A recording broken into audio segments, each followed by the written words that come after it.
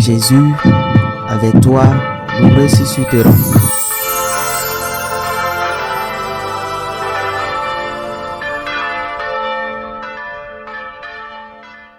En ce temps-là, Jésus disait à ses disciples, « Mon commandement, le voici. Aimez-vous les uns les autres comme je vous ai aimé. Il n'y a pas de plus grand amour que de donner sa vie pour ceux qu'on aime. Vous êtes mes amis si vous faites ce que je vous commande.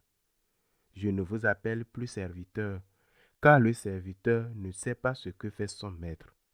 Je vous appelle mes amis, car tout ce que j'ai attendu de mon Père, je vous l'ai fait connaître.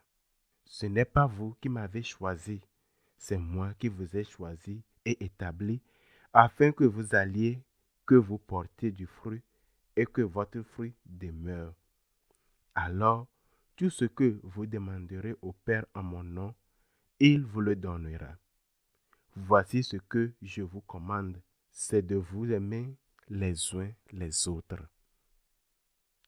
Acclamons la parole de Dieu.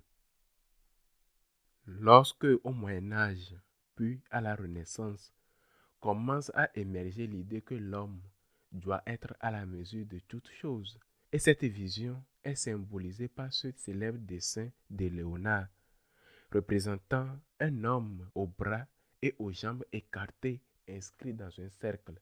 Dieu est alors remplacé par homme, et l'Église répond en disant, « Il est vrai que l'homme est à la mesure de toutes choses, mais de quel homme parlons-nous?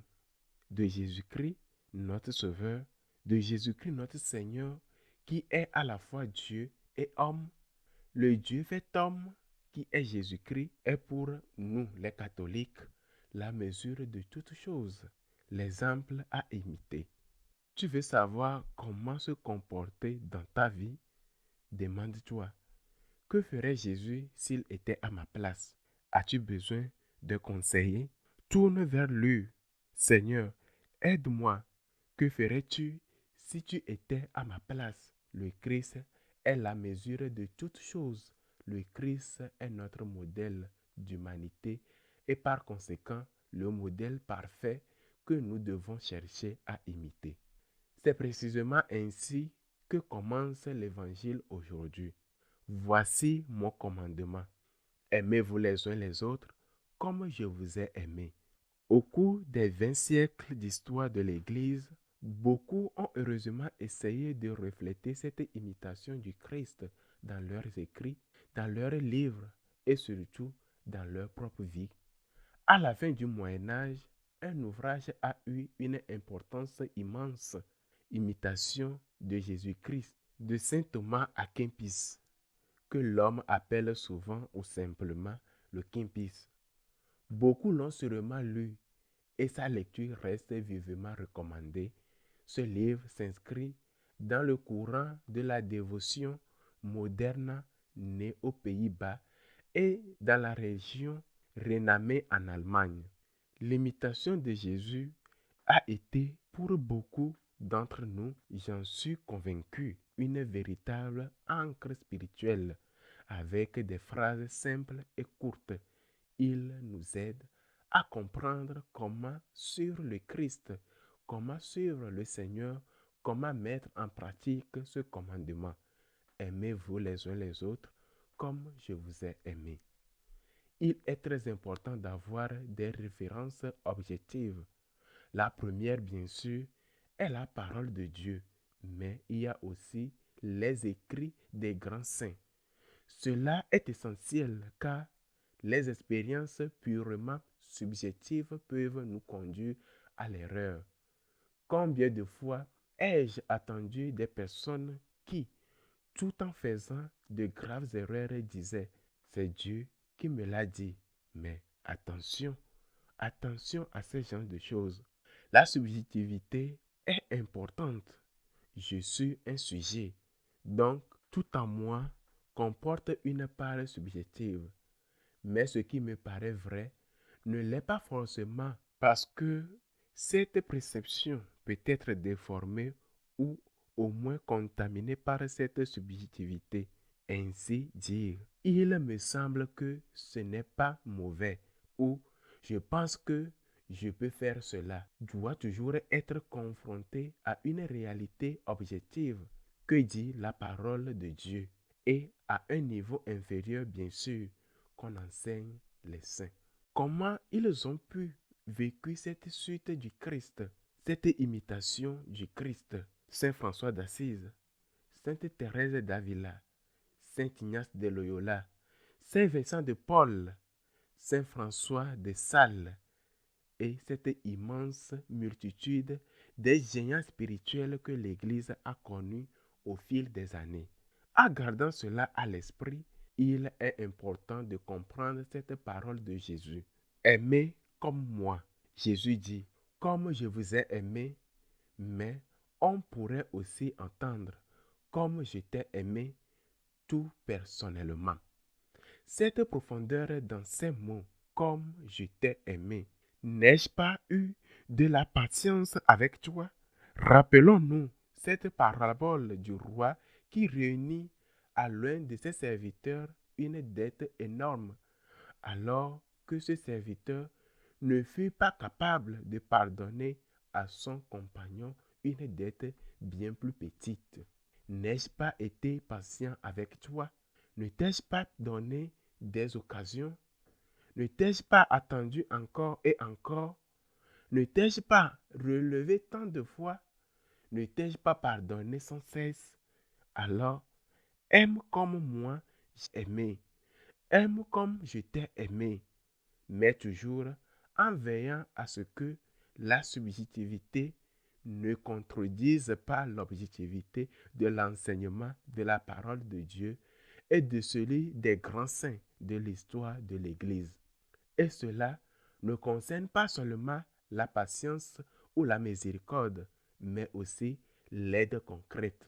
N'ai-je pas envoyé des personnes pour t'aider? Eh bien maintenant, c'est toi que j'envoie pour aider cette personne.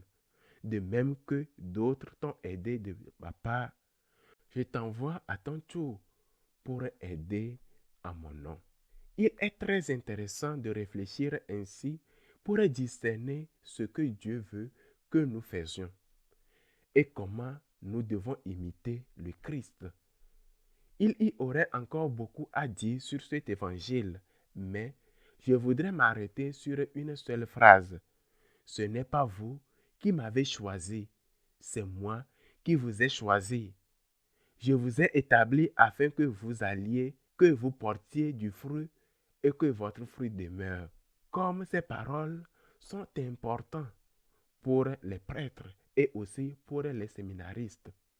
Car de même que dans le mariage, il existe des hauts et des bas, et combien de mariages malheureusement se brisent ou bien se maintiennent uniquement par intérêt, par habitude ou pour les enfants, il en est de même dans ce mariage spirituel qui est le sacerdoce par lequel l'homme s'unit au Christ. Là aussi viennent les moments de découragement. Je ne suis pas capable, je n'y y arriverai pas. Et parfois reviennent ces paroles qui servent souvent d'excuse dans les couples. Tu mérites quelqu'un de meilleur, alors je te quitte. Et l'on quitte son épouse pour une autre, 20 ans plus jeune et peut-être 20 kilos plus mince. Chérie, je ne te mérite pas, alors je pars. Ce qui n'est pas souvent qu'une excuse vulgaire et blessante peut cependant être dit sincèrement par un prêtre. Seigneur, je ne suis pas digne, je ne veux rien. Ou par un séminariste. Pourquoi m'as-tu appelé, moi alors, qu'un autre vaut tellement plus que moi? Et je parle ici d'expérience. Combien de fois ai-je vu aux séminaristes des compagnons que je considère admirables, bien meilleurs que moi en tant de domaines, quitter soudainement le séminaire ou même abandonner après avoir été ordonné prêtre. Mais le Seigneur te connaît. Le Seigneur me connaît. S'il t'appelle, c'est qu'il sait qu'avec sa grâce, tu peux y parvenir, qu'avec sa grâce, tu peux y persévérer. Je me souviens de l'envie que j'éprouvais lorsque j'étais jeune séminariste envers les vieux prêtres. Oui, je les enviais. Ils avaient persévéré jusqu'au bout. Et moi aussi, je rêvais d'arriver à la fin de ma vie en demeurant fidèle dans l'amour du Christ et dans le sacerdoce. Ai-je confiance? N'ai-je pas confiance à tes propres forces, mais en Dieu? Mets ta confiance en Dieu et fais de lui ton appui. Lui sait pourquoi il t'a choisi. Il le sait. Il ne te laissera pas seul. Et cela vaut non seulement pour les prêtres et les séminaristes, mais aussi pour tous ceux qui ont entrepris un chemin. Et le Seigneur dit, c'est moi qui t'ai choisi pour aider cette personne parce que ce moment, elle traverse une épreuve et que je ne peux pas être physiquement à ses côtés, mais je serai près d'elle à travers toi. Rendons grâce à Dieu parce qu'il nous appelle ses amis, parce qu'il nous a choisis pour porter du fruit en comptant sur sa grâce, sans laquelle nous ne pouvons même pas désirer faire le bien à quiconque. Qu'il soit ainsi.